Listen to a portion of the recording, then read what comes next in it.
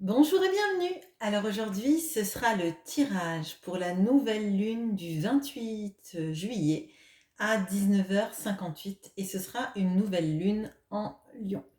Lors de cette nouvelle lune, vont se poser potentiellement des questionnements sur de nouvelles collaborations, de nouvelles associations, pardon, euh, et principalement aussi toute une question sur la franchise et la loyauté qu'on peut avoir vis-à-vis des autres, ainsi que potentiellement aussi la loyauté qu'ils peuvent avoir vis-à-vis de nous en retour. Il va y avoir un besoin de plaire et d'être admiré. Les écueils qui peuvent survenir à ce moment-là, c'est peut-être être trop sensible au regard des autres, ou être tenté de changer notre manière de faire et d'être pour plaire. Donc, lié à ça, on va avoir des questionnements qui peuvent survenir, comme est-ce que je suis toujours honnête avec mes relations? Et si jamais je ne suis pas toujours honnête, avec quelles relations je porte des masques? Et pourquoi, surtout, est-ce que je porte des masques? Pourquoi est-ce que je peux avoir peur, hein, peut-être, de ne pas me montrer sous ma véritable nature vis-à-vis de ces personnes-là? On va regarder avec l'oracle Queen of the Moon quelle va être l'énergie qui va se dégager de cette nouvelle lune.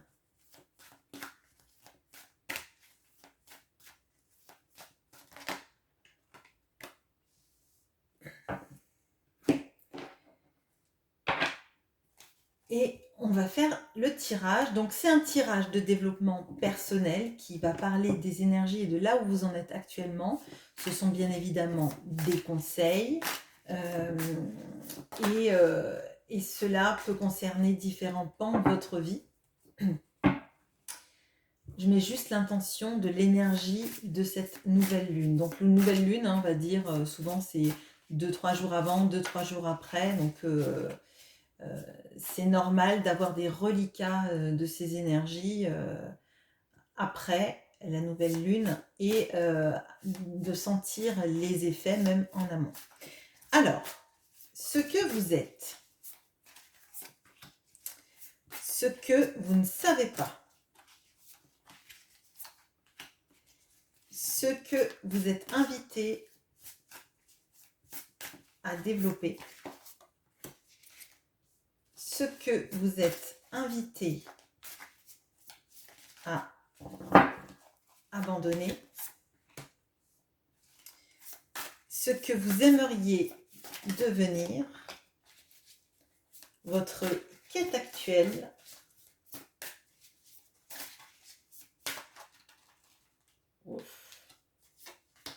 et où est-ce qu'elle va vous conduire.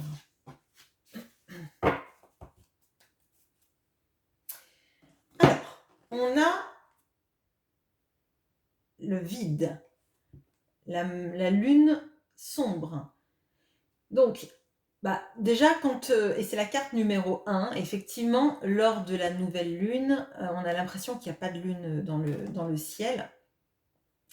Et en fait, c'est le début de toutes les possibilités. D'ailleurs, comme je le dis toujours, lors de la nouvelle lune, c'est le moment de faire vos vœux à l'univers ou vos aspirations pour récolter lors de la pleine lune. Donc, ce que vous avez envie de mettre en place, c'est le moment, en fait, de vous lancer dans des objectifs, en fait, des envies vis-à-vis de la loi d'attraction, mais aussi principalement de toutes les actions que vous avez envie de mettre en place, c'est le moment de les lancer.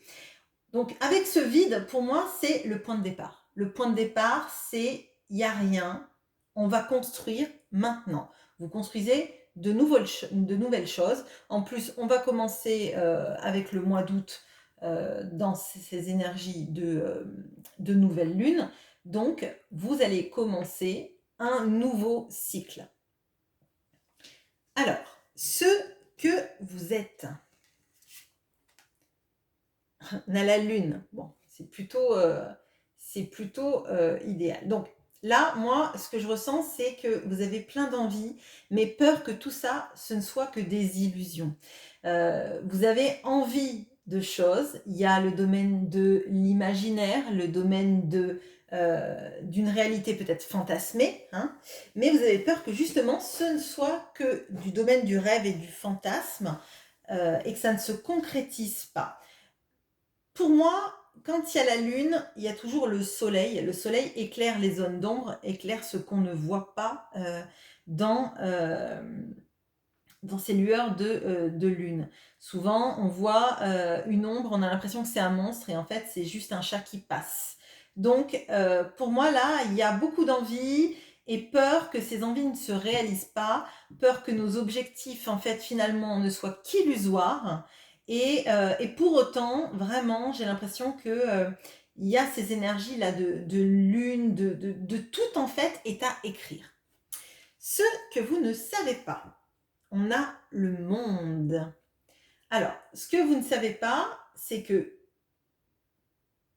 c'est... Alors, je regardais, parce que je vois, tout est très bien.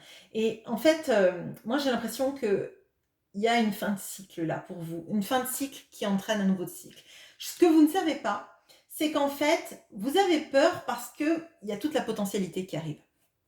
Vous avez peur que ça soit qu'illusoire, c'est ce que je vous ai dit, et sans nul doute aussi parce que vous finissez un cycle pour en démarrer un nouveau, à l'image de cette lune, de cette nouvelle lune. Donc vous avez toutes les potentialités pour redémarrer des choses, mais, euh, mais vous imaginez que ce n'est que l'illusion et que ça ne sera jamais à la hauteur de ce que vous voulez. Et là, on vous dit en fait, vous êtes passé par un cycle de vie qui se termine, mais tout va aller bien. C'est pour ça que j'ai bugué un petit peu parce que tout va bien en fait. Tout est chouette, tout va bien.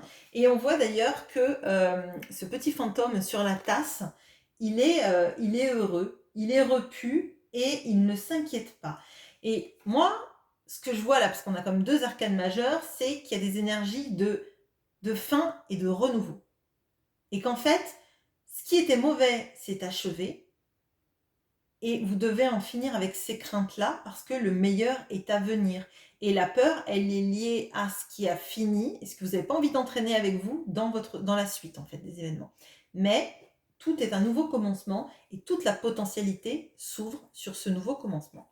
Ce que vous êtes invité à développer, on a l'as d'épée. Donc ce que vous êtes invité à développer, ce sont les nouvelles idées, les nouvelles façons de voir les choses. Là, moi, j'ai l'impression, en plus, on a les lauriers sur le fantôme qui tient l'épée et on a la couronne. Donc pour moi, les idées que vous allez avoir vont être des grandes idées à développer. Ça ne veut pas dire que des idées complètement farfelues et inapplicables sont des bonnes idées. Ce qu'on vous invite, c'est à développer les idées qui vous paraissent comme des nouvelles idées et du potentiel, de la potentialité. Et peut-être qu'effectivement, il y a une différence entre les idées farfelues inapplicables, que vous savez qui sont inapplicables, et toutes ces idées rêvées de nouveaux projets que vous pouvez mettre en place. Parce que là, on vous dit que vous avez vraiment... Là, il y a le boulevard, en fait. Hein. Il y a le boulevard, il faut juste épurer, entre guillemets, ce qui est faisable et ce qui est pure utopie. Mais je pense que vous voyez la différence. Vous le voyez bien, en fait.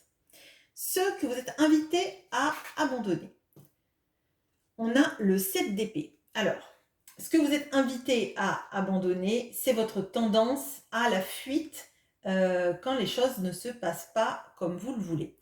Avec ce 7 d'épée, on a toujours un petit peu... D'ailleurs, lui, il a la lune hein, derrière lui, il fuit... il fuit, il prend trop d'épée et il part. Moi, je pense que quand les choses ne vont pas bien, et là, on a quand même beaucoup de cartes de mental, je pense que vous avez tendance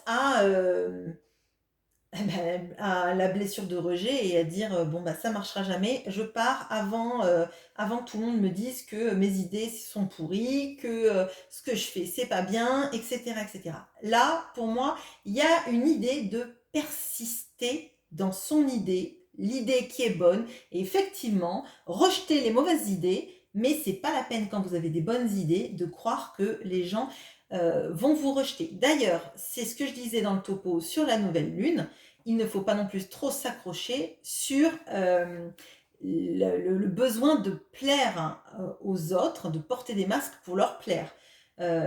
S'ils jugent vos idées mauvaises, ça ne veut pas pour autant dire qu'elles sont mauvaises. Si vous voyez de la potentialité et de la faisabilité à vos idées, c'est pas 2-3 collègues ou 2-3 relations qui vous disent que ce sont de mauvaises idées, peut-être parce que eux ne les ont pas eues ou parce que ben, ils ne voient pas comment l'appliquer dans le réel et ça ne veut pas dire que vous n'en êtes pas capable. Il y a quelque chose comme ça. Donc ne fuyez pas. euh, Essayez de ne pas fuir plutôt, excusez-moi, c'est trop injonctif sinon. Essayez de ne pas fuir quand vous avez une idée et qu'elle est applicable. Vous avez la potentialité, il faut vous accrocher. Alors, ce que vous aimeriez devenir. On a le 7 de bâton. Alors là, pour moi, il y a vraiment, vous avez besoin de vous affirmer. Vous avez besoin d'affirmer vos idées, vos prises de position vis-à-vis des autres. Et c'est compliqué parce que peut-être que pendant longtemps, vous avez fui en vous soumettant à l'avis tranché des autres qui vous disaient que c'était pas bien ce que vous pensiez. Et là, vous aimeriez prendre plus d'aplomb, imposer vos idées et avoir une certaine, peut-être même, alors rigidité, c'est pas le bon mot, mais c'est celui qui me vient. Et l'idée, c'est d'être debout et de lutter contre les contradicteurs si vous êtes persuadé que votre idée c'est la bonne et d'arrêter en fait de dire bon bah tant pis, ils vont trouver que c'est nul, bon bah tant pis, je lâche l'affaire. Non, là ce que vous aimeriez devenir c'est quand vous avez une idée, vous savez qu'elle est bonne et qu'elle est auréolée de succès, moi c'est ce que je ressens avec cette carte là, bah tenez le coup et affirmez votre idée, c'est la bonne, elle va marcher, vous le savez, vous avez la super idée, tout va bien aller, ce n'est pas une illusion, allez-y.